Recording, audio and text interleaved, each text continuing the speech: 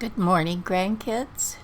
Well, I said the last time at the end of the previous video that Jerry was going to read that book that Langley had given to Inigo, since Inigo has never read it.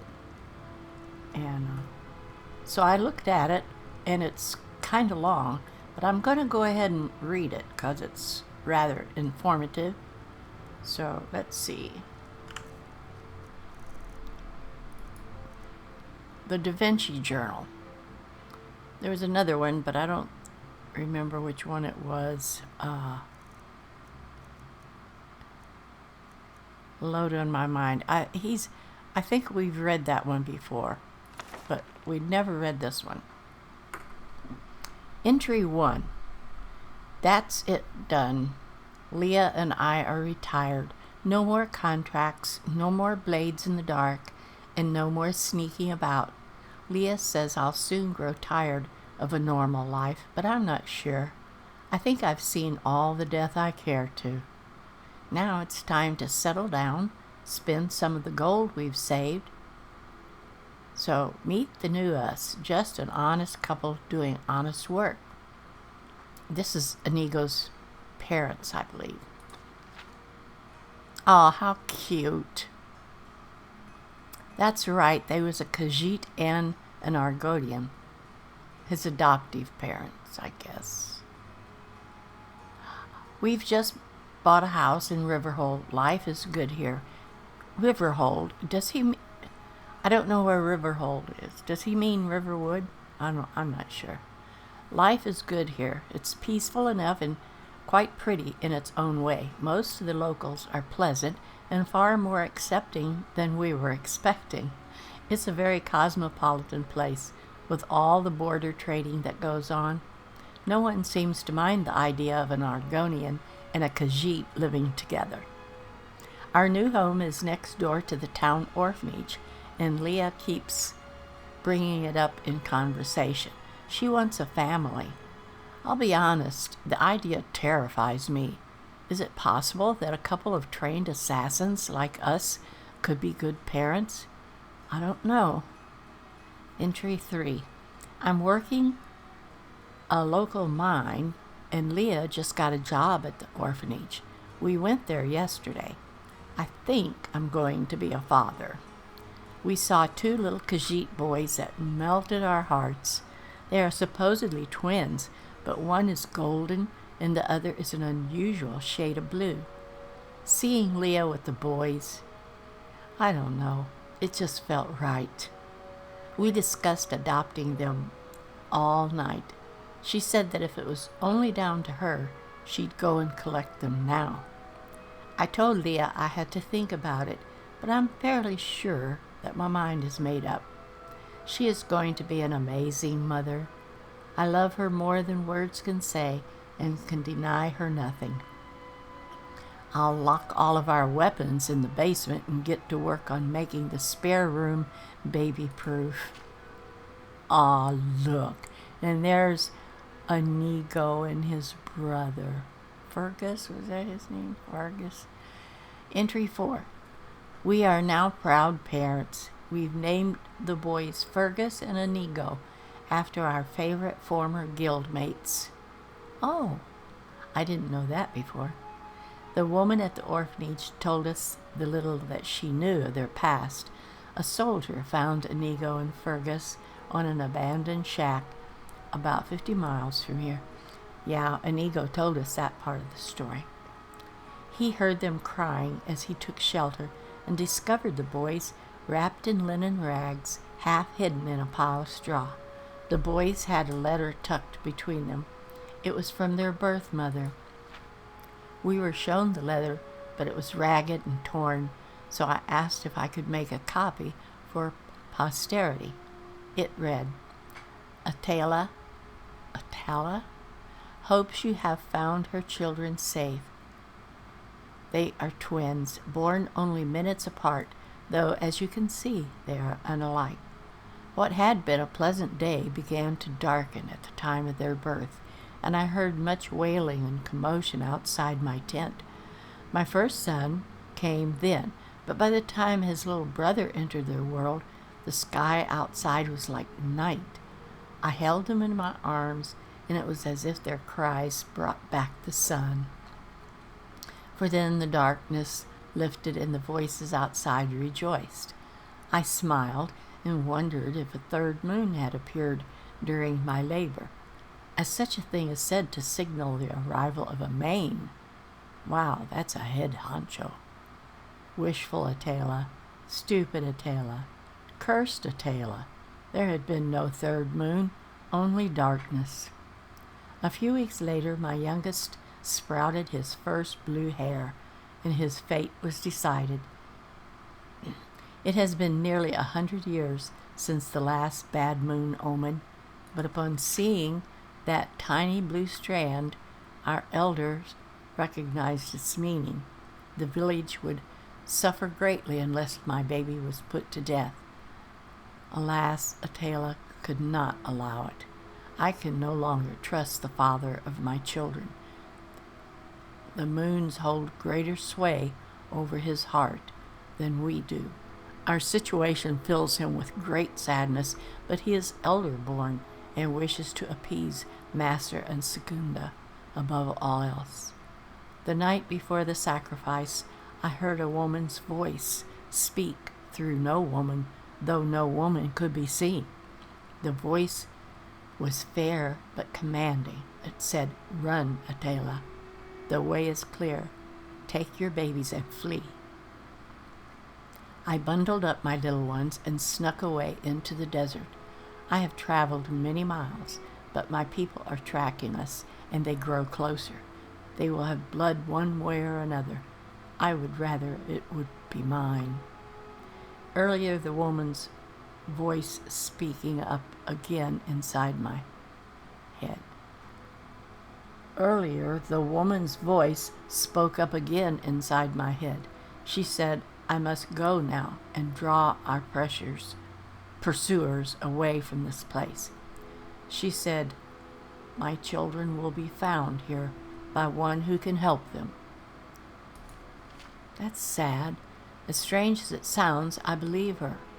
Please take my darlings to safety, and when they are old enough to understand, tell them that Atala loves them still. Leah says that she has never heard of such a barbarically pious tribe in her homeland, but the existence of such people does not surprise her. There are stories of forgotten settlements that still thrive in isolation among the shifting sands. Atala must have hailed from such a place.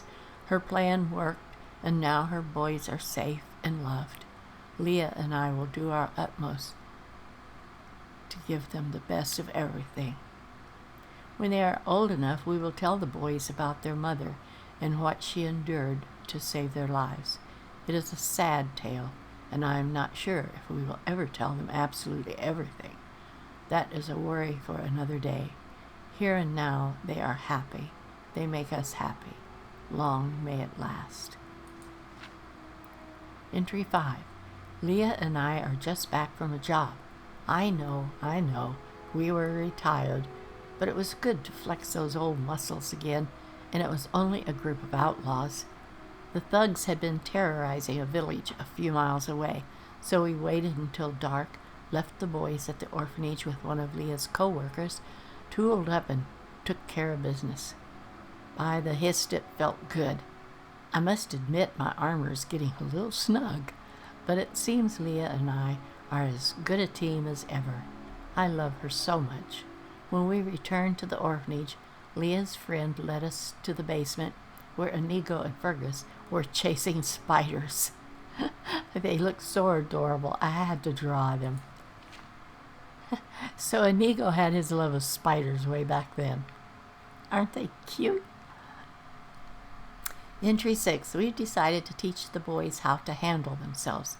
I'm sure many would say they are too young for weapons, but it's a harsh world out there, and we both agree that they'll be better off with a little training. Inigo instantly took a shine to archery, while Fergus seems to favor the sword. They both show great aptitude even at such a young age. I'm a very proud father. Fergus is already turning into a determined and thoughtful boy.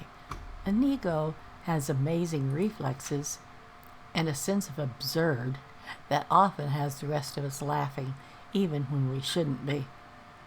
Mostly importantly, the brothers are fiercely loyal. They often fight and squabble, but at the slightest hint of danger, they unflinchingly stand up for one another. Look at their cute pictures. They look like they're pestering each other. When I'm down the mine, the boys spend most of their days at the orphanage with Leah. It's sad, but you could say they never really left. Ah, well, I see no harm, and they often cheer up the other children. Entry 7. Poor Inigo had a bit of trouble at the market today. Some local boys and girls were making fun of him because of his blue fur. Little hooligans. If he'd had his bow with him, I think he would have taught them a thing or two. If Fergus had been there, things could have gotten ugly. We don't want either of the boys seriously hurting anyone, so Leah showed them a few hand-to-hand tricks, just in case things get rough. We adults often forget what a battleground childhood can be. I spoke to the parents of the boy who instigated the bullying. The father said his son wasn't responsible and called me a filthy lizard. Maybe this town isn't as open-minded as we first thought. Entry 8. Leah discovered Fergus and Inigo playing with our most precious weapons today. I have no idea how they got the display cases open. Kids can do anything. Luckily, Inigo is still too weak to draw lightning, and thunder is too heavy for them to wield. Can you imagine if either had discharged in the house? We locked the weapons away in a safer place. We have to keep an eye on those boys. Wow, I like their weapons' names, Lightning and Thunder. I wish Inigo would have inherited them. Entry 9. Sadness and excitement today. Riverhold lost 3 people to a large group of migrating giant spiders. Leah and I knew we were the only ones capable of helping, so we strapped on our weapons and exterminated the beasts. To be honest, the boys did most of the work. They were eager to test their weapons on live targets, and I must say they did fantastically well. As the villagers hid in their homes, Leah and I dispatched about 10 of the beasts, then watched as Inigo and Fergus took care of the rest.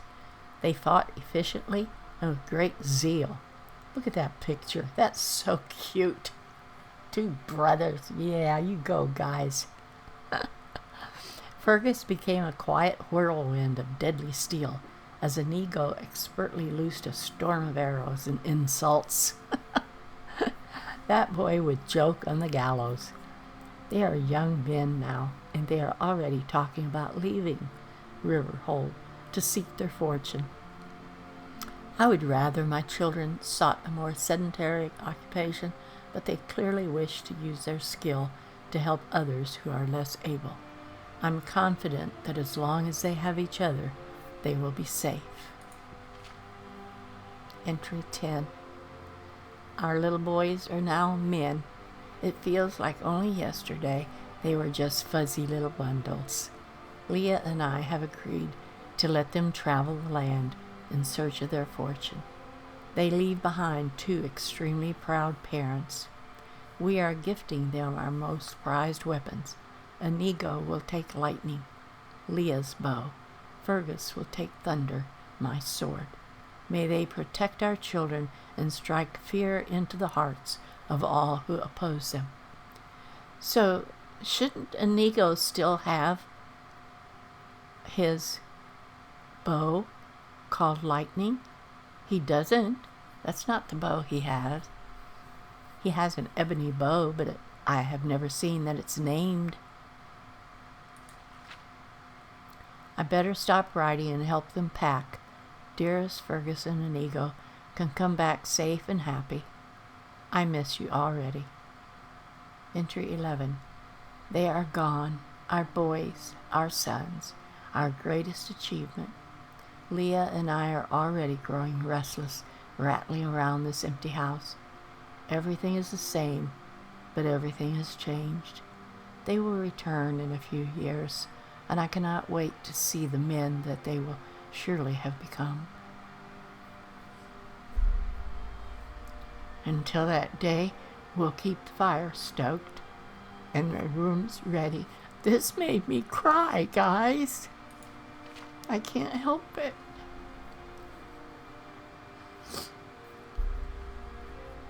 Entry 12. The courier brought us news from the boys today. It's been over a year since they last sent word. They are well and happy. They say they have had many adventures and are now heading to Cyrodiil. They have caught the traveling bug and want to see as much of Tamriel as they can before coming home. I'm so glad they are all right. The letter has put us in a fantastic mood. Leah and I went to the inn and had a few drinks. We spent most of the night toasting our boys repeatedly. They are happy, they are safe, and they are together. All is well. Entry 13. We haven't heard from Inigo and Fergus in a long time, but I'm sure they're okay. There is a lot of world out there to explore. Let them have their fill of it before returning. They are not the only ones who feel the call of the road. Leah and I are growing tired of our inactive lifestyle. Perhaps we can go on a little trip of our own, something with a bit of risk and adventure. It has been far too long. Entry 14. Adventure has found us. I can't wait to hit the road again. A trading caravan passed through town today, and they were looking for guards. It's perfect. A bit of travel, a bit of adventure, and who knows, we may even bump into Fergus and Inigo. We join the group tomorrow. Leah is choosing her armor at the moment. I think we should each take a light and heavy set. It sounds like we could be passing through bandit territory.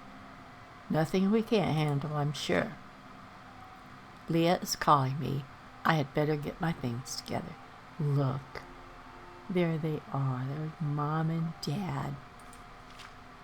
And that's the end. I love that book. That told a lot about the boy's background.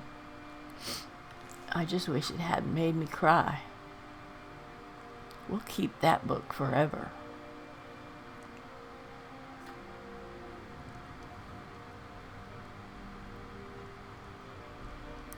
Dear Inigo, I just learned some things about your past that I didn't know. Whatever happened to your bow lightning? I wish you still had it. I wish you still had your mom and dad, your adoptive mom and dad. Well, you know what I'd like to do? Let's go back to the woods around Fall Creek. I think that would be good.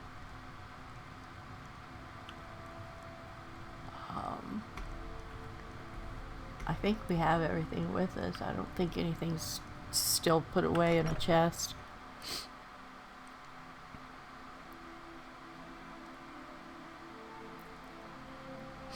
Maybe if I equip my weapons and stuff, you'll equip yours.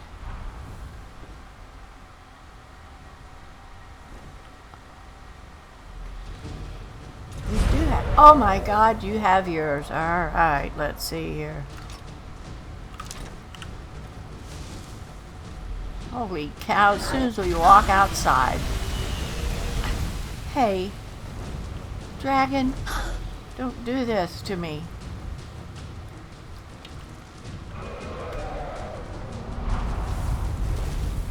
Where did he land? Oh my God, I can't even see him. Friends, you are burning. Roll on the ground or something.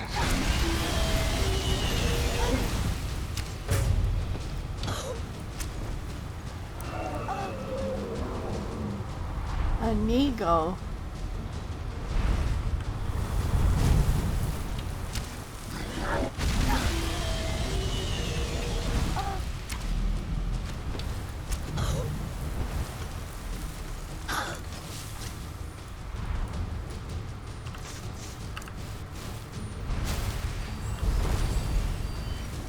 No, no, no.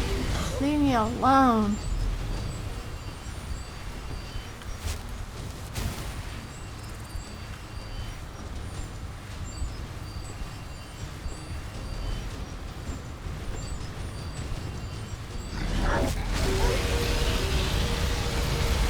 I can't handle this. Well, Inigo, you're smart. You went back in here.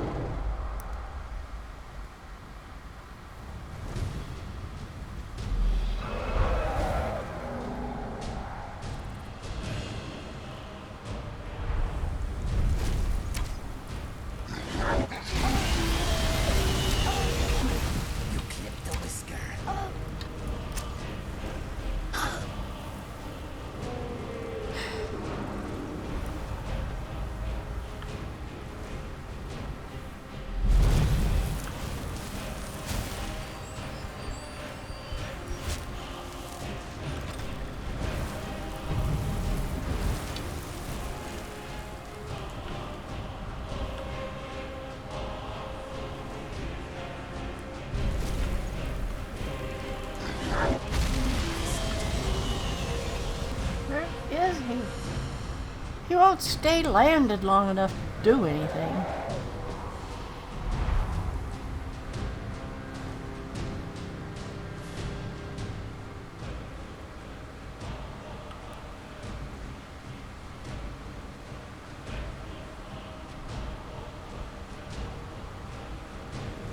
Where did my Inigo go?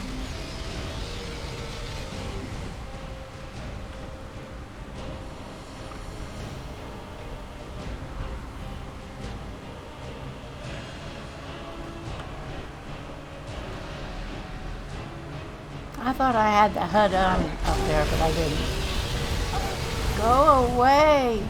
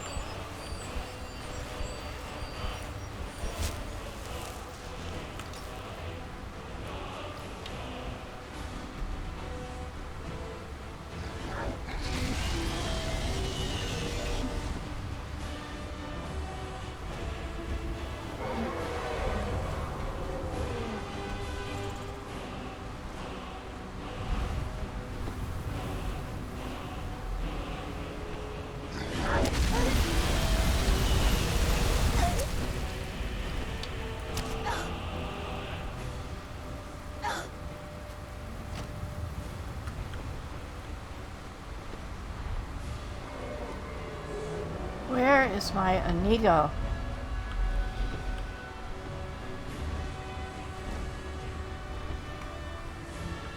I know he's nowhere helping me.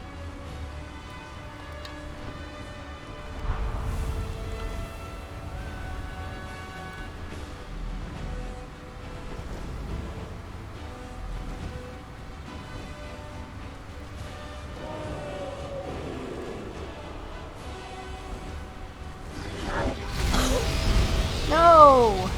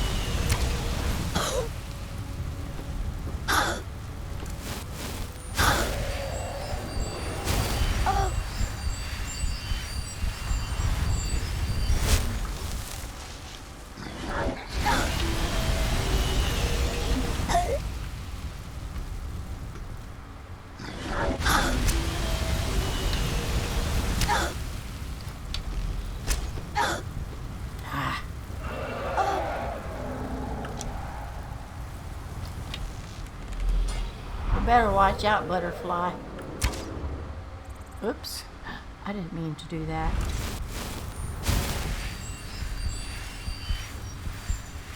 He hardly gives me time to heal.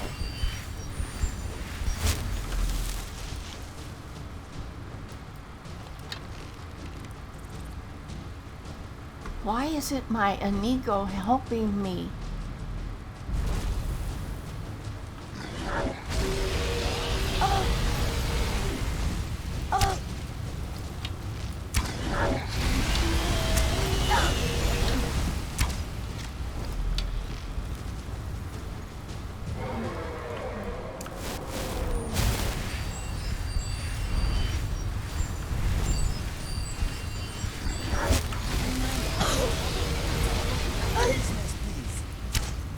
I just heard Inigo.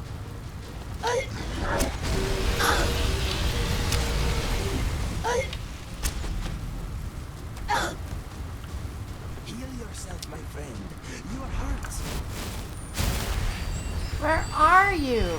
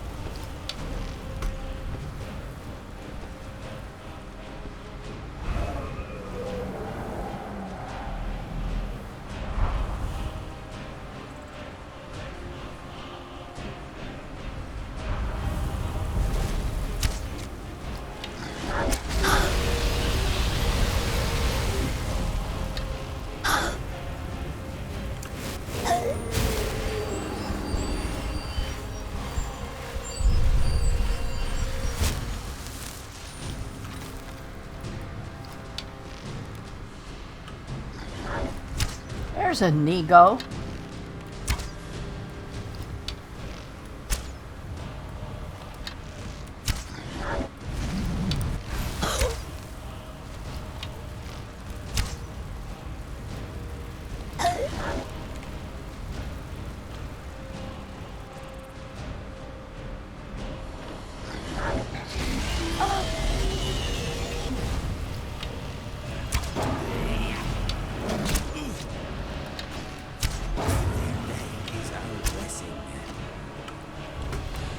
Good grief. This was the hardest I've had to go through with a dragon. Wow. And it's just an ordinary dragon? It wasn't a blood dragon or anything? Holy cow.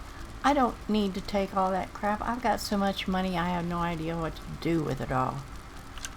Take the arrows, the flawless sapphire. I don't need those rotten things.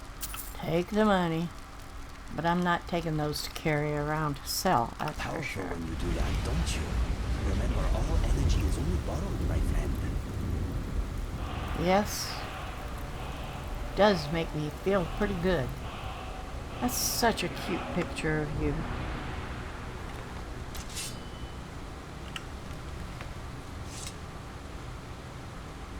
I like it. Alright. Let's start our trek to Fall Creek, okay? Wow. This video is all about reading a book and fighting a dragon. That's all we got done. And it took a half hour to do that? Good grief. Okay, grandkids, I will see you in the next video.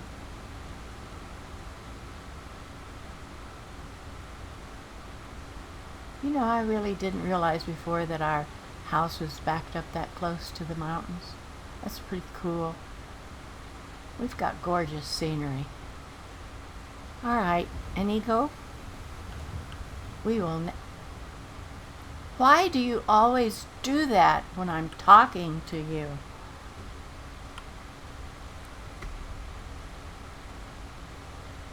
We will return in the next video. Goodbye, grandkids.